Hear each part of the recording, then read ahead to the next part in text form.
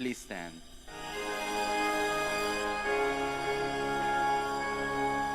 Masaya nating ipaghanda ang pagdating ng mananabos, tagapagligtas natin. Tuwiring mga landas, mga alitan ay tapusin, sapagkat si Kristo'y darating. Tuwiring mga landas, mga alitan ay tapusin, sapagkat si Kristo'y darating.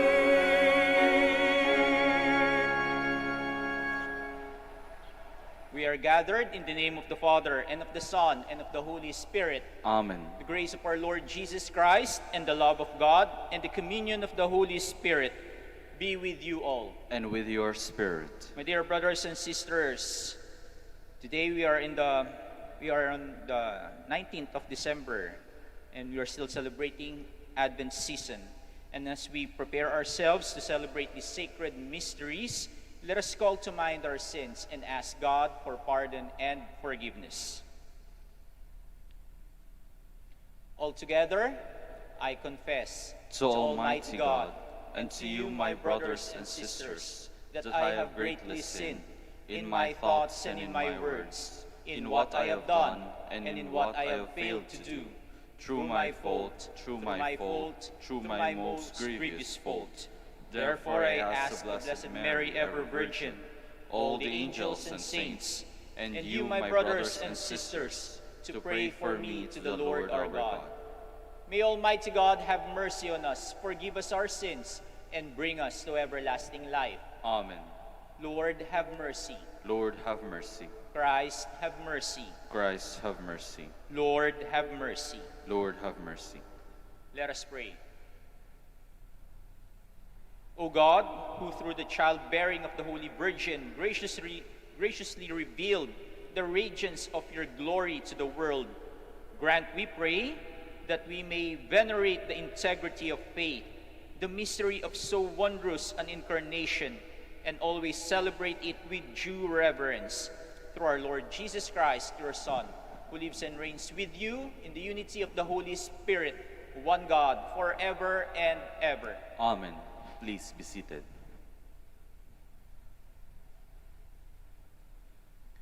A reading from the book of Judges. There was a certain man from Zorah, of the clan of Danites, whose name was Manoah. His wife was barren and had borne no children. An angel of the Lord appeared to that woman and said to her, "Though you are barren and have had no children, yet you will conceive and bear a son. Now then, be careful to take no wine or strong drink, and to eat nothing unclean. As for the son you will conceive and bear, no razor shall touch his head, for this boy is to be consecrated to God from the womb. It is he who will begin the deliverance of Israel from the power of the Philistines." The woman went and told her husband, "A man of God came to me. He had the appearance of an angel of God, terrible indeed. I did not ask him where he came from, nor did he tell me his name. But he said to me, 'You will be with child and bear a son. So take neither wine nor strong drink, and eat nothing unclean. For the boy shall be consecrated to God from the womb until the day of his death.' The woman bore a son and named him Samson. That boy grew up, and the Lord blessed him. The Spirit of the Lord stirred him." The word of the Lord. Thanks be to God. My mouth shall be filled with your praise, and I will sing your glory. My mouth shall be filled with your praise, and I will sing your glory. Be my rock of refuge, a stronghold to give me safety. For you are my rock and my fortress. O my God, rescue me from the hand of the wicked. My mouth shall be filled with your praise, and I will sing your glory. For you are my hope, O Lord, my trust, O God, from my youth. On you I depend from birth. From my mother's womb you are my strength. My mouth shall be filled with your praise, and I will sing your glory. I will treat of the mighty works of the Lord. O God, I will tell of your singular justice. O God, you have taught me from my youth, and till the present I proclaim your wondrous deeds. My mouth shall be filled with your praise, and I will sing your glory. Please stand.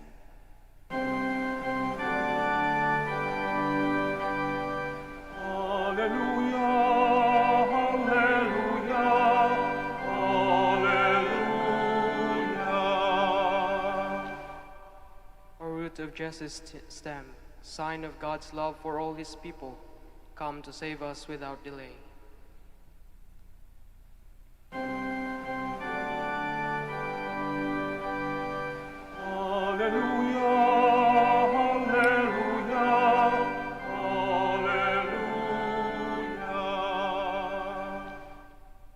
The Lord be with you. And with your spirit. A reading from the Holy Gospel according to Luke. Glory to you, O Lord. In the days of Herod, king of Judea, there was a priest named Zechariah of the priestly division of Abijah. His wife was from the daughters of Aaron, and her name was Elizabeth.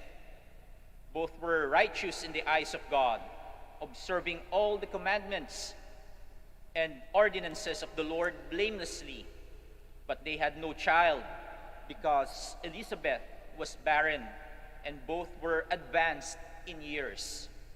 Once when he was serving as priest in his division's turn before God, according to the practice of the priestly service, he was chosen by lot to enter the sanctuary of the Lord to burn incense. Then, when the whole assembly of the people was praying outside at the hour of the incense offering, the angel of the Lord appeared to him, standing at the right of the altar of incense. Zechariah was troubled by what he saw, and fear came upon him. But the angel said to him, "Do not be afraid, Zechariah, because your prayer has been heard. Your wife Elizabeth will bear you a son, and you shall name him John. And you will have joy and gladness, and many will rejoice at his birth, for he will be great in the sight of the Lord. He will drink neither wine nor strong drink. He will be filled with the Holy Spirit, even from his mother's womb, and he will turn many of the children of Israel to the Lord their God. He will go before him in the spirit and power of Elijah, to turn the hearts of fathers towards children, and the disobedient to the understanding of the righteous, to prepare a people fit for the Lord." Then Zechariah said to the angel, "How shall I know this? For I am an old man, and my wife is advanced in years." And the angel said to him in reply, "I am Gabriel, who stand before God. I was sent to speak to you and to announce to you this good news. But now you will be speechless and unable to talk until the day these things take place, because you did not believe my words, which will be fulfilled at their proper time." Meanwhile, the people were waiting for Zechariah and were amazed that he stayed so long in the sanctuary. But when he came out, he was unable to speak to them. And they realized that he had seen a vision in the sanctuary. He was gesturing to them, but remained mute. Then, when his days of ministry were completed, he went home. After this time, his wife Elizabeth conceived, and she went into seclusion for 5 months, saying, "So has the Lord done for me at a time when he has seen fit to take away my disgrace before others." My dear brothers and sisters, the Gospel of the Lord. Praise to you, Lord Jesus Christ. Please be seated. Sino dito ang matapang? Taas ang kamay. Sa tingin ko, lahat naman tayo ay may taglay na katapangan. No? Kayong mga naririto, buong tapang kayong nagpunta rito sa simbahan, kahit alam natin na paglabas natin ay hindi tayo sigurado, no? Dahil sa banta ng pagkakaroon ng sakit dahil sa COVID-19. Lakas loob tayong pumunta sa simbahan para tayo ay makapagsimba.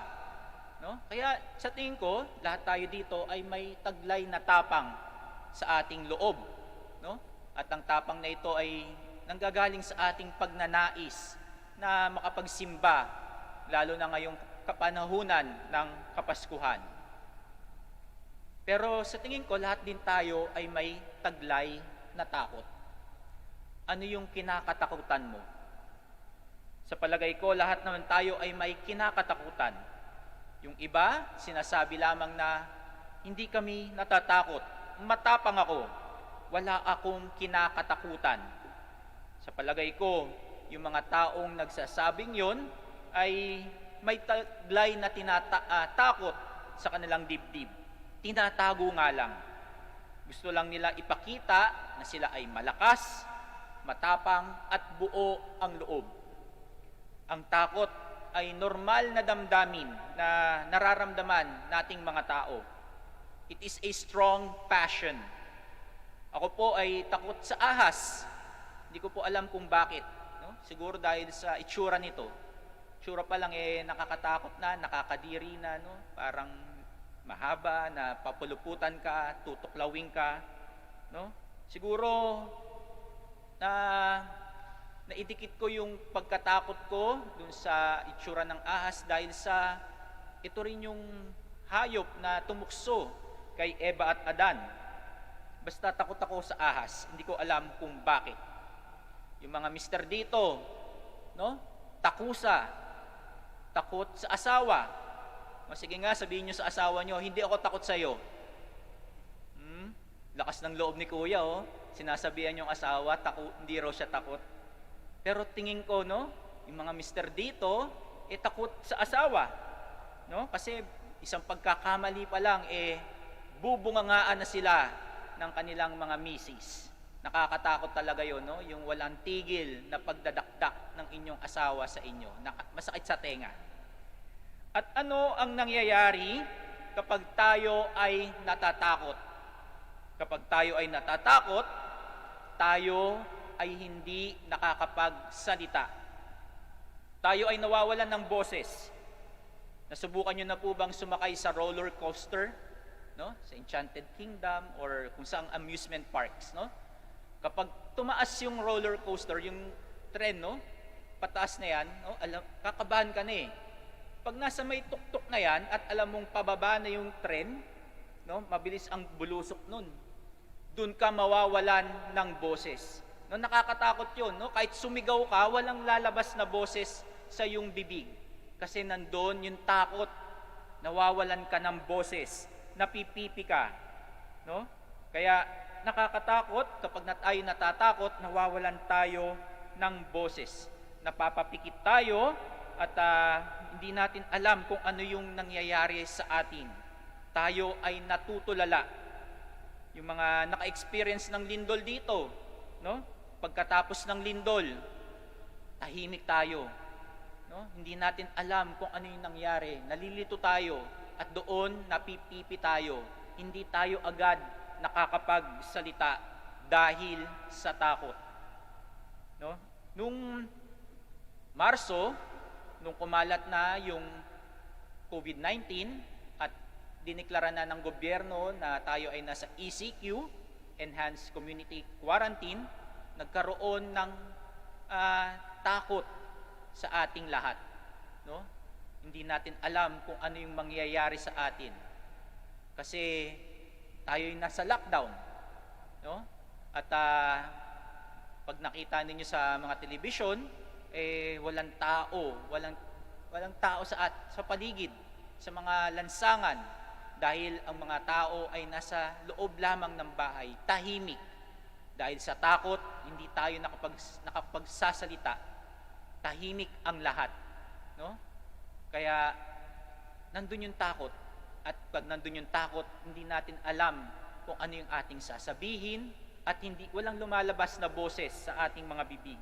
Tayo ay napipipi. Ang pagkapipi ay sumisimbolo sa ating takot. Kapag tayo ay natatakot, nahihirapan tayong magsalita. Kapag tayo ay natatakot, hindi tayo nakakapag-isip ng maayos. Ganyan ang nangyari kay Zekaraya sa Ebanghelyo sa araw na ito. Nagpakita sa kanya ang anghel at ibinalita sa kanya na ang kanyang asawang si Elizabeth ay magdadalang tao. Mabubuntis. Natakot si Zekaraya. Marahil nagulat siya sa binalita ng anghel sa kanya dahil ang kanyang asawa na si Elizabeth ay matanda na. Nakakatakot naman yun, no? You just imagine, naglalakad kayo sa kalye at makakita kayo ng 70 years old na lola, malaki ang tiyan, buntis, no? Kamangha-mangha. Parang nakakatakot naman yun, no? Hindi natin alam kung anong nangyari. Kaya ganun siguro yung nangyari kay Zekaraya. Natakot siya dahil sa binalita ng anghel na ang kanyang matandang asawa na si Elizabeth ay magdadalang tao. At dahil sa kanyang takot, siya ay nagduda sa sinabi ng anghel sa kanya. Siya ay nalito. Nalito siya. Nangibabaw ang kanyang takot. Instead na maniwala siya sa sinabi ng anghel. At dahil sa kanyang takot, siya ay nagduda. Tinanggalan siya ng boses ng anghel at hindi na siya nakapagsalita. Siya ay napipi.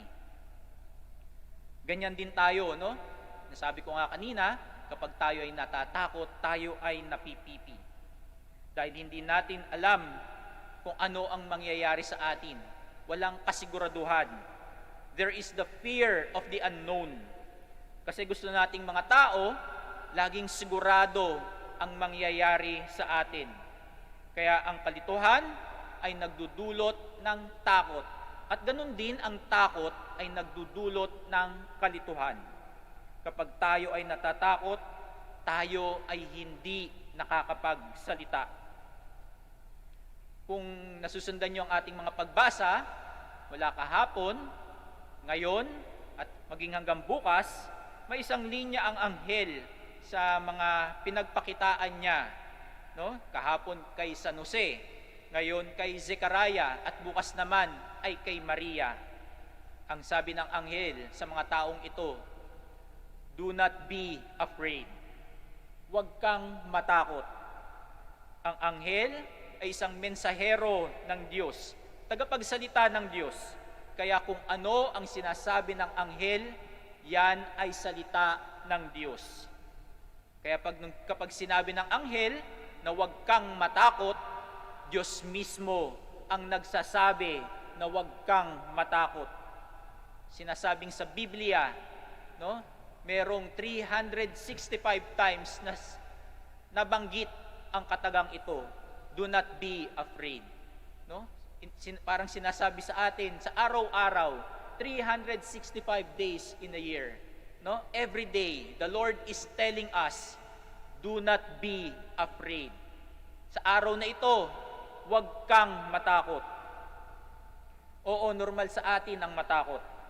Pero sa panahon na tayo ay natatakot, alalahanin natin ang sinabi ng anghel kay Zekaraya, do not be afraid.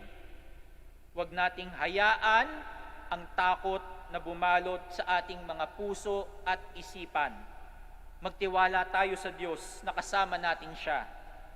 Ang kapanganakan ni Jesus ay nagdudulot sa atin ng kaliwanagan at pag-asa, no? Sa gitna ng ating kalituhan at kadiliman. Sa gitna ng ating pagkatakot, isipin natin ang pangalang Emmanuel.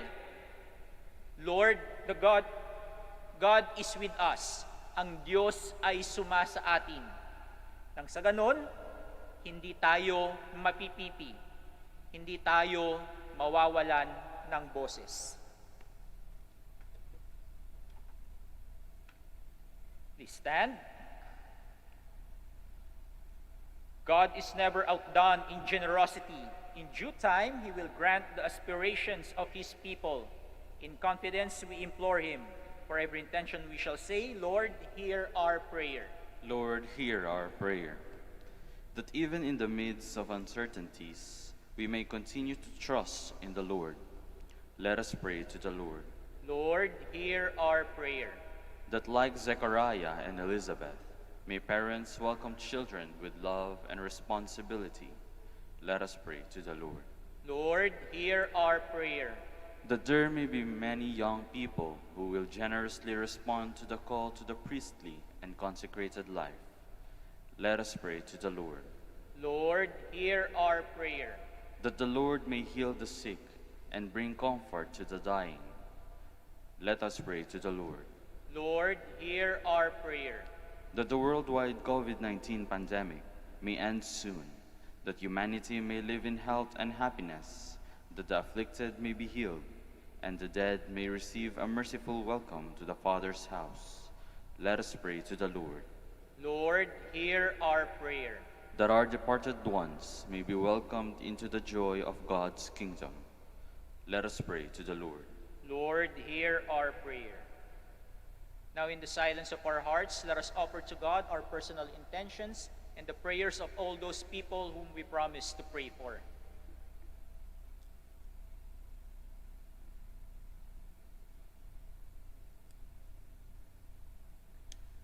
Lord, fill us with your Spirit that we may welcome our Savior with joy and gladness.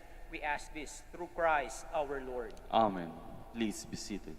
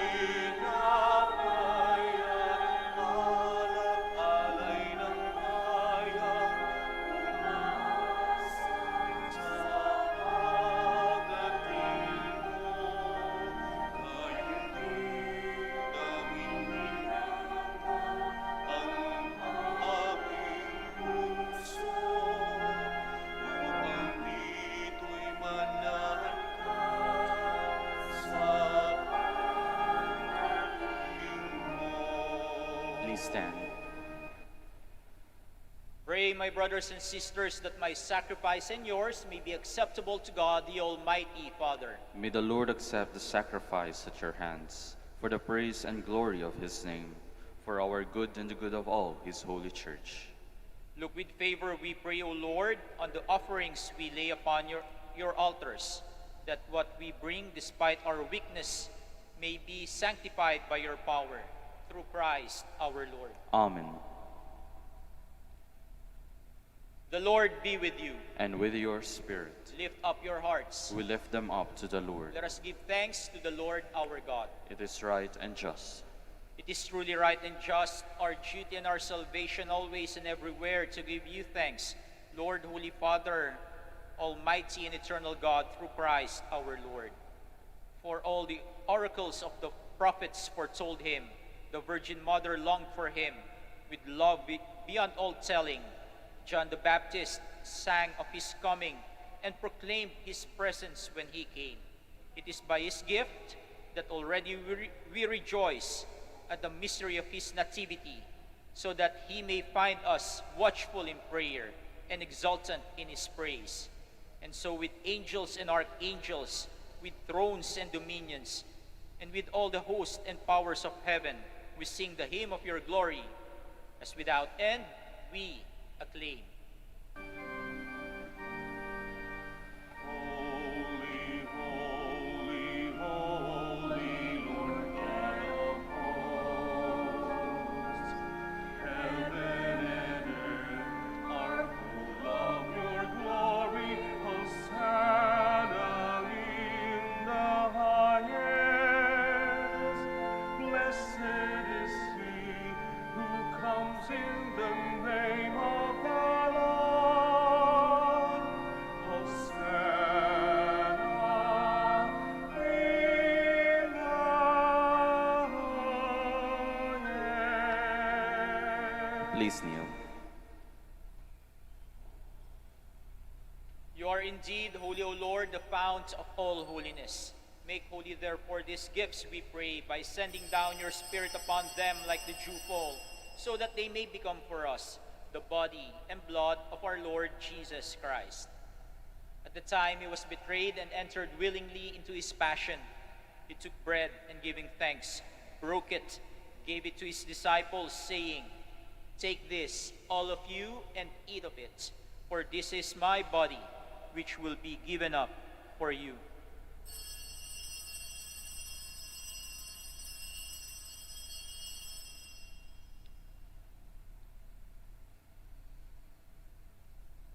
In a similar way, when supper was ended, he took the chalice and once more giving thanks, gave it to his disciples, saying, "Take this, all of you, and drink from it, for this is the chalice of my blood, the blood of the new and eternal covenant, which will be poured out for you and for many for the forgiveness of sins. Do this in memory of me."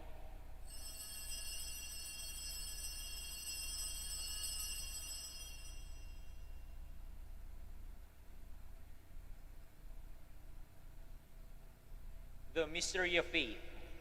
When we eat this bread and drink this cup, we proclaim your death, O Lord, until you come again. Therefore, as we celebrate the memorial of his death and resurrection, we offer you, Lord, the bread of life and the chalice of salvation, giving thanks that you have held us worthy to be in your presence and minister to you. Humbly we pray that, partaking of the body and blood of Christ, we may be gathered into one by the Holy Spirit. Remember, Lord, your church spread throughout the world, and bring her to the fullness of charity, together with Francis our Pope, Socrates our Bishop, Fidelis his assistant bishop, and all the clergy. Remember also our brothers and sisters who have fallen asleep in the hope of the resurrection, and all who have died in your mercy. Welcome them into the light of your face. Have mercy on us all, we pray, that with the Blessed Virgin Mary, Mother of God, with Saint Joseph, her most chaste spouse, with the blessed apostles, with Saint Dominic, Saint Catherine, and all the saints who have pleased you throughout the ages, we may merit to become heirs to eternal life, and may praise and glorify you through your Son, Jesus Christ. Through him, and with him, and in him, O God, Almighty Father, in the unity of the Holy Spirit, all glory and honor is yours forever and ever. Amen. Please stand. At the Savior's command and formed by divine teaching, we dare to pray.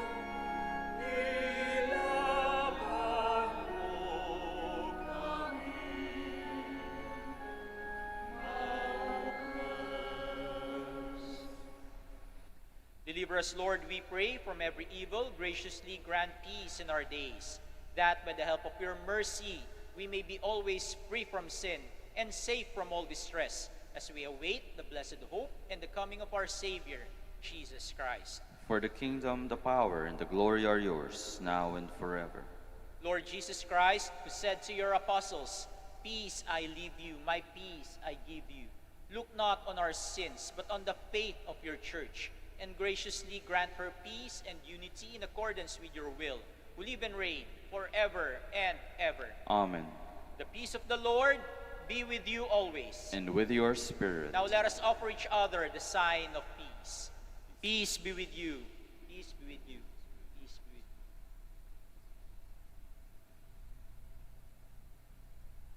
you. Lamb of God, You take away the sins of the world, have mercy on us. Lamb of God, you take away the sins of the world, have mercy on us. Lamb of God, you take away the sins of the world, grant us peace. Please kneel.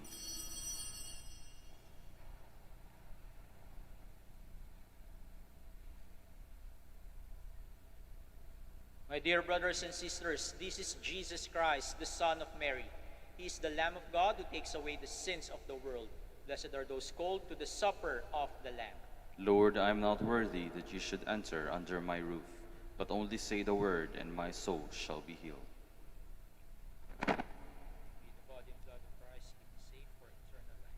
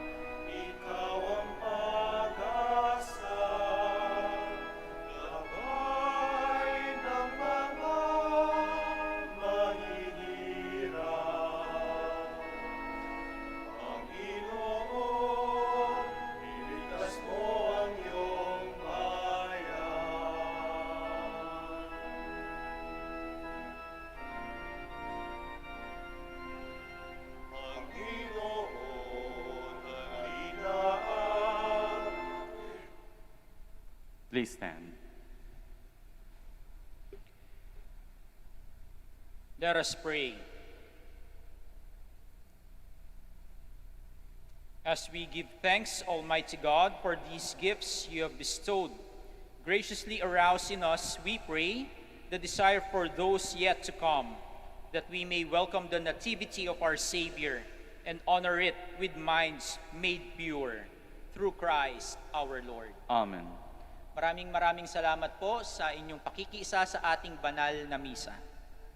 The Lord be with you. And with your spirit. And may Almighty God bless you, the Father, the Son, and the Holy Spirit. Amen. The Mass is ended. Go in peace. Thanks be to God. We shall now pray the prayer for the blessing of the sick and prayer for the blessing of rosaries and other religious articles. Our help is in the name of the Lord, who made heaven and earth. Let us pray. God, our Almighty Father, by your blessing, you give us strength and support in our frailty. Turn with kindness toward our sick brothers and sisters. Free them from all illness and restore them to good health through the intercession of Our Lady of the Rosary of Manaoag, so that in the sure knowledge of your goodness, they will gratefully bless your holy name. We ask this through Christ our Lord. Amen. In memory of the mysteries of the life, death, and resurrection of our Lord Jesus Christ, and to the honor and glory of the Blessed Virgin Mary, Mother of Christ, Mother of the Church, Our Lady of the Rosary of Manaoag, may these rosaries, images, candles, oils, and other religious articles, and all the devotees of our Blessed Mother be blessed and made holy. In the name of the Father, and of the Son, and of the Holy Spirit. Amen.